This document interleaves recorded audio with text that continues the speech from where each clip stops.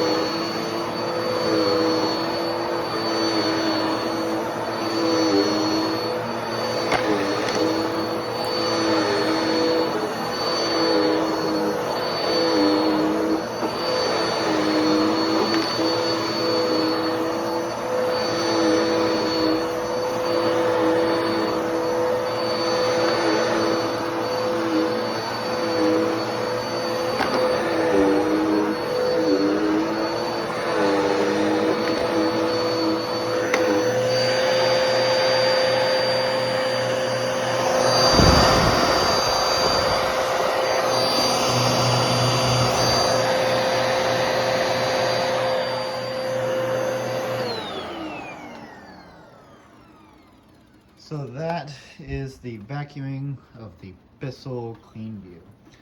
Again, I'm not sure if I'm going to keep this vacuum or not, but for now it's just unknown. But yeah, it works great. I think they threw it away because just that simple little piece broke.